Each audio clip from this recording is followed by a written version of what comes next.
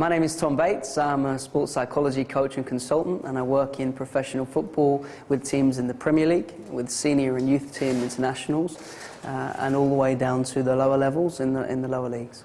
Talking of lower levels, we're obviously here from a grassroots point of view.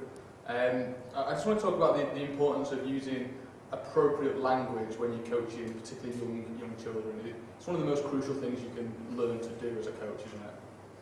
It is, and you know, it's often said that the health of the team is reflected in the face of the coach, and that often means that language is important, and the words that coaches use to encourage and inspire their players during, before and after games is hugely important. Whilst the game's going on, the question is, are you energizing your players throughout the performance, or are you taking energy away from them?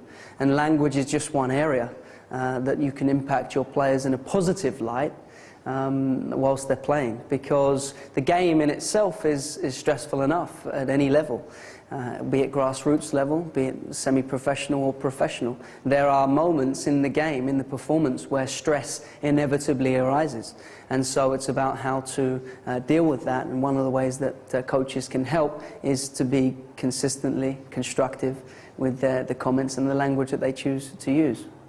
One of the really interesting areas of coaching is that children's minds inside a game change as they go through developmental stages, doesn't it? So for a kid who's just beginning, first sort of interaction with the game, there's probably a lot of different things going on in their mind to an elite professional who's played 10,000 hours of football.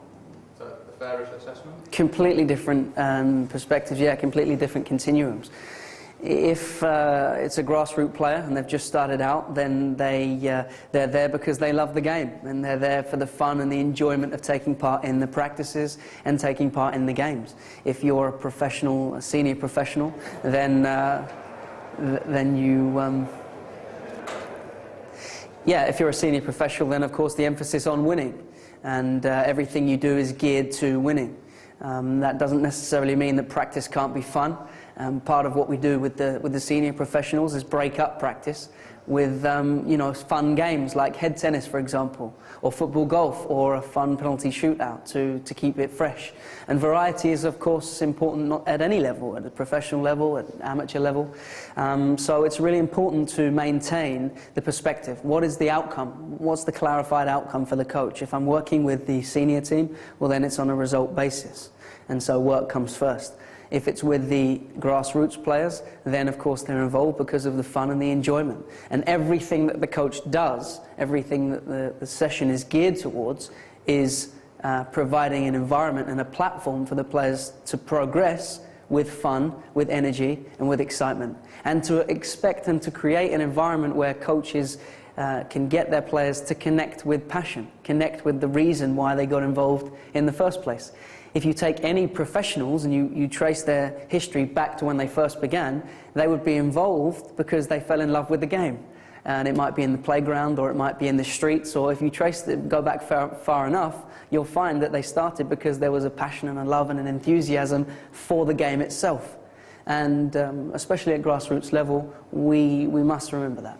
Isn't there some common held misconceptions that coaches think this is what coaching is, that's actually maybe damaging the children, maybe taking energy away, or maybe destroying the confidence? Just some of the things that you can think of that you maybe seen on a Sunday, or you see it even at your level, that coaches do, which you'd really rather they didn't do. That is a great question, and I think it can probably be defined, the answer can be defined in terms of, when I work with coaches, I always ask them, what is the purpose of your role? Why are we here? And ask them to define the purpose of what they're doing. And if you're working with young players at a grassroots level on a Sunday morning and you're kicking off to win the game, to make yourself feel good as a coach, well then we may have a problem, because that's not why they're there. What is the purpose? Well, they're there to have fun and to do the things that we've just mentioned before. So in getting the coaches to think about why they're with the players, they can remind themselves some of the reasons why they're involved. So to help players progress and develop in a fun and friendly environment, grassroots level. And, you know, players, coach is either an energizer or he's an energy vampire. He takes energy away. He either provides a platform that is constructive to progress and it's fun and engaging, or he doesn't. And sometimes coaches don't know what they don't know, and they don't know the way that they're affecting the players. So good coaches, I would say good coaches, great coaches that I've seen, and I've been very privileged to watch some great ones, have the ability to establish good relationships with the players from day one. They work with the person first and then the player. And so from working from that perspective, you get a lot more from the player than you would if you were just working in a very constricted way. Know the person first, then you'll get the best from the player.